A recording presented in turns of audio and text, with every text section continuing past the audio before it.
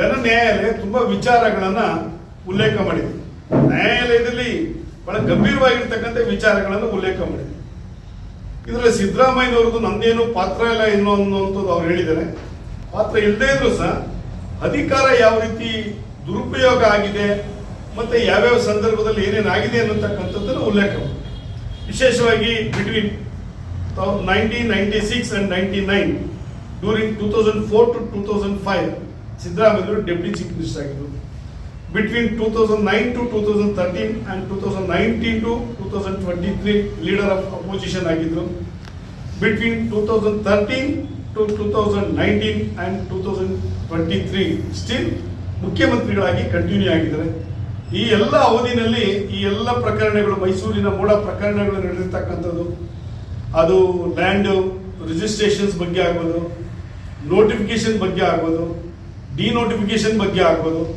ಇದಲ್ಲದೇ DC ಮತ್ತು AC ಅವರಿಂದ ಸ್ಥಳ ಪರಿಶೀಲನೆ ಮಾಡದೇ ಅದನ್ನ ಕನ್ವರ್ಷನ್ ಆಗಿರ್ತಕ್ಕಂಥದ್ದು, ಭೂ ಮಾಲೀಕನೇ ಅಲ್ಲದೆ ಇರ್ತಕ್ಕಂಥ ದೇವರಾಜು ಮಲ್ಲಿಕಾರ್ಜುನ ಸ್ವಾಮಿಗೆ ರಿಜಿಸ್ಟರ್ ಮಾಡಿಕೊಟ್ಟಿರ್ತಕ್ಕಂಥದ್ದು, ಮಲ್ಲಿಕಾರ್ಜುನ ಸ್ವಾಮಿ ರಿಜಿಸ್ಟರ್ ಆದ್ಮೇಲೆ ಕನ್ವರ್ಷನ್ ಆಗಿರ್ತಕ್ಕಂಥದ್ದು, ಅದಾದ್ಮೇಲೆ ಪಾರ್ವತಮ್ಮನಿಗೆ ರಿಜಿಸ್ಟರ್ ಮಾಡಿರ್ತಕ್ಕಂಥದ್ದು, ಈ ಎಲ್ಲ ಬೆಳವಣಿಗೆಗಳು, ಈ ಎಲ್ಲ ಆಕ್ಟಿವಿಟೀಸ್ಗಳು ಸಹ ಸಿದ್ದರಾಮಯ್ಯನವರ ಬಹಳ ಪ್ರಬಲವಾಗಿ ಅಧಿಕಾರದಲ್ಲಿರುವಂಥ ಸಂದರ್ಭದಲ್ಲಿ ನಡೆದಿರ್ತಕ್ಕಂಥದ್ದನ್ನ ಅಂತ ಹೇಳಿ ಮಾನ್ಯ ನ್ಯಾಯಾಧೀಶರು ತೀರ್ಮಾನ ಸಂದರ್ಭದಲ್ಲಿ ಹೇಳಿರ್ತಕ್ಕಂಥ ಪೇಜ್ ನಂಬರ್ 4 and 5 ಅಲ್ಲಿ, ಪೇಜ್ ನಂಬರ್ 4 and 5 ಅಲ್ಲಿ ಇದನ್ನ ಉಲ್ಲೇಖ ಮಾಡಿರ್ತಕ್ಕಂಥದ್ದು ನಾವೆಲ್ಲ ನೋಡಿದ್ವಿ.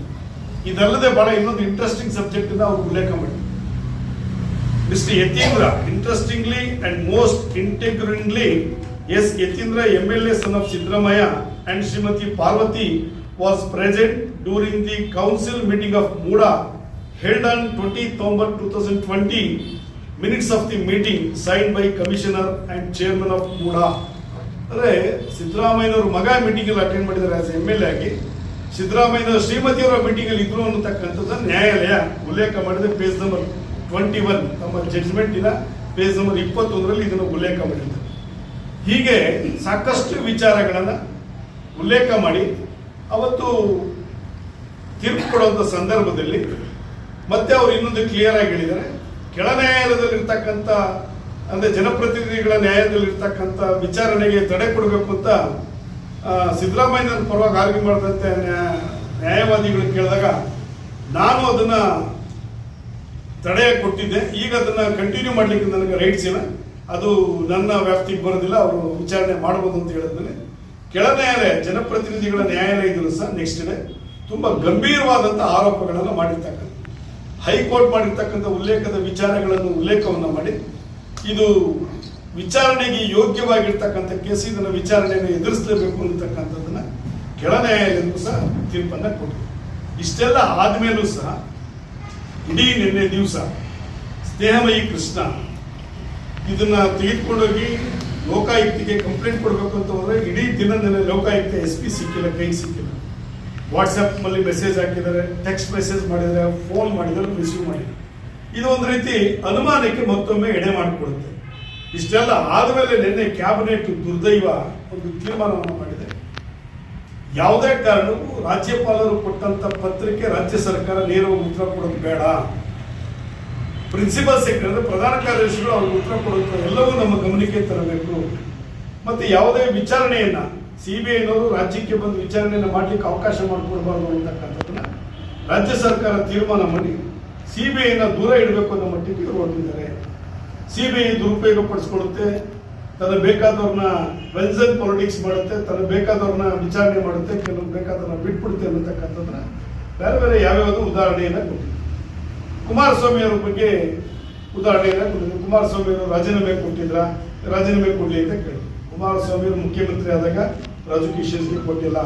ಸಿದ್ದರಾಮಯ್ಯನವರು ಅರ್ಥ ಮಾಡ್ಕೋಬೇಕು, ಅದು ಜಂತ್ಕಲ್ ಮೈನಿಂಗ್ ಕೇಸ್ ಆಗ್ಬೋದು, ಬೇರೆ ಬೇರೆ ಮೈನಿಂಗ್ ಕೇಸಸ್ ಬಗ್ಗೆ ಆಗ್ಬೋದು. ಮುಖ್ಯಮಂತ್ರಿ ಕುಮಾರಸ್ವಾಮಿ ಅವರು ಮುಖ್ಯಮಂತ್ರಿ ಆದಾಗ ಅವ್ರ ಮೇಲೆ ಗವರ್ನರ್ ಪ್ರಾಸಿಕ್ಯೂಷನ್ಸ್ ಕೊಡಲಿಲ್ಲ ಮತ್ತು ಅವ್ರ ಬಗ್ಗೆ ವಿಚಾರಣೆನೂ ಬರಲಿಲ್ಲ. ಆಮೇಲೆ ಬಂದಂತ ಸಂದರ್ಭದಲ್ಲಿ ಅದು ಜಂತ್ಕಲ್ ಮೈನಿಂಗ್ ಕೇಸ್ ಆಗ್ಬೋದು, ಅವರು ಬೇಲ್ ತಗೊಂಡಿದ್ದಾರೆ, ಬೇಲಲ್ಲಿ ಇದ್ದಾರೆ, ಅವ್ರಿಗೆ ಪ್ರಾಸಿಕ್ಯೂಷನ್ಸ್ ಆರ್ಡರ್ ಕೊಟ್ಟಿಲ್ಲ. ಇದನ್ನ ಸಿದ್ದರಾಮಯ್ಯ ಅರ್ಥ ಮಾಡಬೇಕು. ಸುಮ್ಮನೆ ಉದಾಹರಣೆ ಯಾವ್ಯಾವುದು ಸಂಬಂಧ ಇಲ್ಲದಿರ್ತಕ್ಕಂಥ ವಿಷಯಗಳನ್ನ, ವಿಚಾರಗಳನ್ನ, ಕೇಸಸ್ಗಳನ್ನ ಉದಾಹರಣೆಯನ್ನ ಕೊಡ್ತಾರೆ. ಯಡಿಯೂರಪ್ಪನವರು ಪ್ರಾಸಿಕ್ಯೂಷನ್ ಕೊಟ್ಟಾಗ ಜಯಲಲಿತಾ ರಾಜೀನಾಮೆ ಕೊಡ್ಲಿಲ್ವಾ? ಲಲ್ಲೂ ಪ್ರಸಾದ್ ರಾಜೀನಾಮೆ ಕೊಡ್ಲಿಲ್ವಾ? ರಾಜ್ಯದಲ್ಲಿ ಎಷ್ಟು ಜನ ಮುಖ್ಯಮಂತ್ರಿಗಳು, ದೇಶದಲ್ಲಿ ಮುಖ್ಯಮಂತ್ರಿಗಳು ರಾಜೀನಾಮೆ ಕೊಟ್ಟಿಲ್ಲ? ಯಡಿಯೂರಪ್ಪ ಶುಡ್ ರಿಸೈನ್ ಅಂತ ಹೇಳಿದಂತ ಸಿದ್ದರಾಮಯ್ಯರು ಇವತ್ತು ಯಾಕೆ ಅದ್ರ ಬಗ್ಗೆ ಮಾತಾಡ್ತಾ ಇಲ್ಲ? ಸಿದ್ದರಾಮಯ್ಯರು ಇವತ್ತು ಲೋಕಾಯುಕ್ತಕ್ಕೆ ಬೀಗ ಹಾಕಿ ತನ್ನ ಮೂಗಿನ ನೇರಕ್ಕೆ ವಿಚಾರಣೆ ಮಾಡ್ತಕ್ಕಂಥ ಆಂಟಿ ಕರಪ್ಷನ್ಸ್ ಬ್ಯೂರೋ ACB ನೇಮಕ ಮಾಡಿಕೊಂಡು ಇವತ್ತು CBI ಯಾವುದೇ ಕಾರಣಕ್ಕೂ ರಾಜ್ಯಕ್ಕೆ ಬರಬಾರದು, ರಾಜ್ಯಕ್ಕೆ ಬಂದರೆ ಮತ್ತೊಮ್ಮೆ ಎಲ್ಲಿ ವಾಲ್ಮೀಕಿ ನಿಗಮದ ಕೇಸಿನಲ್ಲಿ ಅವರು ಎನ್ಕ್ವೈರಿ ಮಾಡಿದಾಗ ನಾನು ಆಸ್ ಎ ಫೈನಾನ್ಷಿಯಲ್ ಮಿನಿಸ್ಟರ್ ಆಗಿ, ಫೈನಾನ್ಷಿಯಲ್ ಇನ್ಚಾರ್ಜ್ ಆಗಿ ಎಲ್ಲಿ ನನ್ನ ಕುತ್ತಿಗೆ ಬರುತ್ತೋ ಅಂತೇಳಿ ಇವತ್ತು ಏನು ವೆಸ್ಟ್ ಬೆಂಗಾಲ್ ಅಲ್ಲಿ ತೆಗೆದುಕೊಂಡಿರ್ತಕ್ಕಂಥ ತೀರ್ಮಾನಗಳು, ಕೇರಳ, ತಮಿಳುನಾಡು ರಾಜ್ಯದಲ್ಲಿ ಮಾಡಿರ್ತಕ್ಕಂಥ ತೀರ್ಮಾನದ ರೀತಿ ಕರ್ನಾಟಕ ರಾಜ್ಯದಲ್ಲೂ CBI ಯಾವುದೇ ಕಾರಣಕ್ಕೆ ಇಲ್ಲಿ ವಿಚಾರಣೆಗೆ ಬರಬಾರದು ಅನ್ನೋ ನಿಟ್ಟಿನಲ್ಲಿ ಒಂದು ಕೆಟ್ಟ ತೀರ್ಮಾನವನ್ನ ಮಾನ್ಯ ಮುಖ್ಯಮಂತ್ರಿಗಳು ನಿನ್ನೆ ತೀರ್ಮಾನ ಮಾಡಿರ್ತಕ್ಕಂಥ ಇದೊಂದು ಕೆಟ್ಟ ಸಂಪ್ರದಾಯ, ಕರ್ನಾಟಕ ರಾಜ್ಯಕ್ಕೆ ಇವರು ಹಾಕಿರ್ತಕ್ಕಂಥದ್ದು ಒಂದು ಕೆಟ್ಟ ಸಂಪ್ರದಾಯ ಅನ್ನತಕ್ಕಂಥದ್ದನ್ನ ಭಾರತೀಯ ಜನತಾ ಪಾರ್ಟಿ ಖಂಡಿಸ್ತದೆ. ಈಗಾಗಲೇ ಇವೆಲ್ಲವೂ ನೋಡ್ತಾ ಇದ್ರೆ ಎಲ್ಲ ಒಂದು ಕಡೆ ಸಿದ್ದರಾಮಯ್ಯನಿಗೆ ತಪ್ಪಿನ ಅರಿವಾಗಿದೆ, ಮತ್ತೆ ನನಗೆ ಇದು ಕುತ್ತಿಗೆಗೆ ಸುತ್ತಕೊಳ್ಳುತ್ತೆ ಅನ್ನತಕ್ಕಂಥದ್ದು ಅರ್ಥ ಆಗ್ತಾ ಇದೆ ಸಿದ್ದರಾಮಯ್ಯನಿಗೆ. ಆ ದೃಷ್ಟಿಯಿಂದ CBI ರಾಜ್ಯಕ್ಕೆ ಬರಬಾರದು ಅನ್ನತಕ್ಕಂಥದ್ದನ್ನ ತೀರ್ಮಾನ ತೆಗೆದುಕೊಂಡಿರ್ತಕ್ಕಂಥದ್ದನ್ನ ಭಾರತೀಯ ಜನತಾ ಪಾರ್ಟಿ ಬಲವಾಗಿ ಖಂಡಿಸುತ್ತೆ. ಮತ್ತೆ ಸಿದ್ದರಾಮಯ್ಯನು ಈಗಾಗಲೇ ಅದು ಮೂಡಾ ಕೇಸಿನ ಬಗ್ಗೆ ಒಂದು, ಎರಡನೇದು ವಾಲ್ಮೀಕಿ ನಿಗಮದ ಕೇಸ್ನಲ್ಲಿ ಈಗಾಗಲೇ CBI ಮೊನ್ನೆ ಕೋರ್ಟ್ನಲ್ಲಿ ಕ್ಲಿಯರ್ ಆಗಿ ವಾದವನ್ನು ಮಂಡಿಸಿದರೆ ನಮ್ಗೆ ವಿಚಾರಣೆಗೆ ಅವಕಾಶವನ್ನು ಮಾಡಿಕೊಡ್ಬೇಕು ಅನ್ನತಕ್ಕಂಥದ್ದು ಅದು ಸಹ ಸಿದ್ದರಾಮಯ್ಯರ ಕುತ್ತಿಗೆಗೆ ಸುತ್ತಕೊಳ್ಳುತ್ತೆ. ಈ ವಿಚಾರಣೆ ಉತ್ತರ ಕೊಡಬೇಕು ಅಂತೇಳಿ ಕೊಟ್ಟಂತ ಸಂದರ್ಭದಲ್ಲಿ ಸಿದ್ದರಾಮಯ್ಯ ಕ್ಯಾಬಿನೆಟ್ ಮೀಟಿಂಗ್ ಅನ್ನ ಕರೆದು ಅದಕ್ಕೆ ಉತ್ತರವನ್ನು ಕೊಟ್ಟರು. ಯಾವುದೇ ರೀತಿ ರೈಟ್ಸ್ ಇಲ್ಲ, ನೀವು ಸಂವಿಧಾನಾತ್ಮಕ ಹುದ್ದೆಯಲ್ಲಿದ್ದೀರಾ, ಸರ್ಕಾರವನ್ನು ಡಿಸ್ಟೆಬಲೈಸ್ ಮಾಡಿ ಕೊಟ್ಟಿದ್ದೀರಾ ಅಂತೇಳಿ ಅವ್ರ ಮೇಲೆ ಒಂದು ರೀತಿ ಪೊಲಿಟಿಕಲ್ ಆಗಿ ಹೇಳಿಕೆಗಳನ್ನು ಕೊಡೋದ್ರ ಮುಖೇನ ಸಿದ್ದರಾಮಯ್ಯನವರು ಭ್ರಷ್ಟಾಚಾರದ ಪರವಾಗಿ ಇದ್ದಾರೆ ಅನ್ನತಕ್ಕಂಥದ್ದು ಮತ್ತೊಮ್ಮೆ ಸಾಬೀತನ್ನ ಮಾಡಿದ್ರು. ಅದಾದ್ಮೇಲೆ ಗವರ್ನರ್ ನೋಟಿಸ್ ಕೊಟ್ಟ ನಂತರ ಎಲ್ಲ ಬೆಳವಣಿಗೆಗಳಾದ್ಮೇಲೆ ಹೈಕೋರ್ಟ್ ಅಲ್ಲಿ ಇದ್ರ ಬಗ್ಗೆ ವಿಚಾರಣೆ ಪ್ರಾರಂಭ ಆಯಿತು. ಮತ್ತೆ ಜೊತೆಯಲ್ಲಿ ಜನಪ್ರತಿನಿಧಿಗಳ ನ್ಯಾಯಾಲಯದಲ್ಲಿ ಇದ್ರ ಬಗ್ಗೆ ವಿಚಾರಣೆ ಪ್ರಾರಂಭ ಆಗಿದೆ. ನೇರವಾಗಿ ಹೈಕೋರ್ಟ್ ಅಲ್ಲಿ ಇದ್ರ ಬಗ್ಗೆ ವಿಚಾರಣೆ ಪ್ರಾರಂಭ ಆದ್ಮೇಲೆ ಆಗಸ್ಟ್ 29ನೇ ತಾರೀಕು ಹೈಕೋರ್ಟ್ ವಿಚಾರಣೆ ಪ್ರಾರಂಭ ಆಗಿದ್ದ ದಿವಸ ತಾವೆಲ್ಲ ಗಮನಿಸಿದಿರ ಅಂದ್ಕೊಂಡಿದ್ರಿ.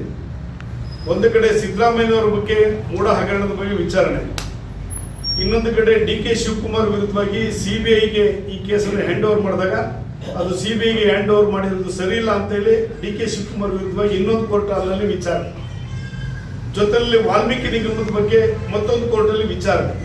ಅಂದ್ರೆ ಸಂಪೂರ್ಣವಾಗಿ ರಾಜ್ಯ ಸರ್ಕಾರ ಅಪರಾಧಿ ಸ್ಥಾನದಲ್ಲಿ ನಿಂತಿತ್ತು. ಈವನ್ ಟುಡೇ ರಾಜ್ಯ ಸರ್ಕಾರ ಅಪರಾಧಿ ಸ್ಥಾನದಲ್ಲಿ ನಿಂತಿದೆ.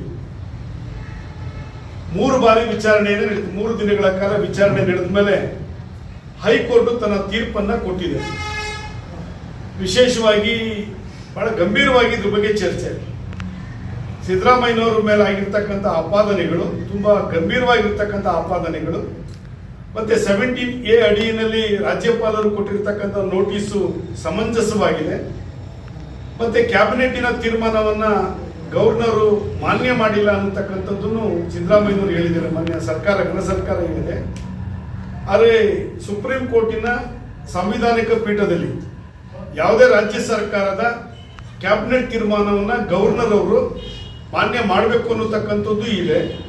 ಕೆಲವೊಂದು ಸಂದರ್ಭದಲ್ಲಿ ಪ್ರಾಸಿಕ್ಯೂಷನ್ ವಿಚಾರ ಬಂದಂತ ಸಂದರ್ಭದಲ್ಲಿ ಗವರ್ನರ್ ಅವರ ವಿವೇಚನೆಗೆ ಬಿಟ್ಟಿದ್ದು, ಅದನ್ನು ಅವರು ರೆಫ್ಯೂಸು ಮಾಡಬಹುದು ಅನ್ನತಕ್ಕಂಥದ್ದನ್ನು ಸಹ ಅವರು ತೀರ್ಪು ಕೊಡುವಂತ ಸಂದರ್ಭದಲ್ಲಿ ಮಾನ್ಯ ನ್ಯಾಯಾಧೀಶರು ಉಲ್ಲೇಖ ಮಾಡಿ, ಮತ್ತೆ ಇದಲ್ಲದೆ ಈ ಪ್ರಕರಣವನ್ನಲ್ಲದೆ ಮೂಡಾದ ಹಗರಣ ಏನ್ ನಡೆದಿದೆ, ಈ ಪ್ರಕರಣ ಇಂಥ ಪ್ರಕರಣವನ್ನ ನಾವು ವಿಚಾರಣೆಗೆ ಕೊಡೋದಲ್ಲದೆ ಇನ್ನೆಂಥ ಪ್ರಕರಣವನ್ನು ವಿಚಾರಣೆಗೆ ಕೊಡಬೇಕು ಅನ್ನತಕ್ಕಂಥ ವಿಚಾರವನ್ನು ಸಹ ಉಲ್ಲೇಖ ಮಾಡಿದೆ.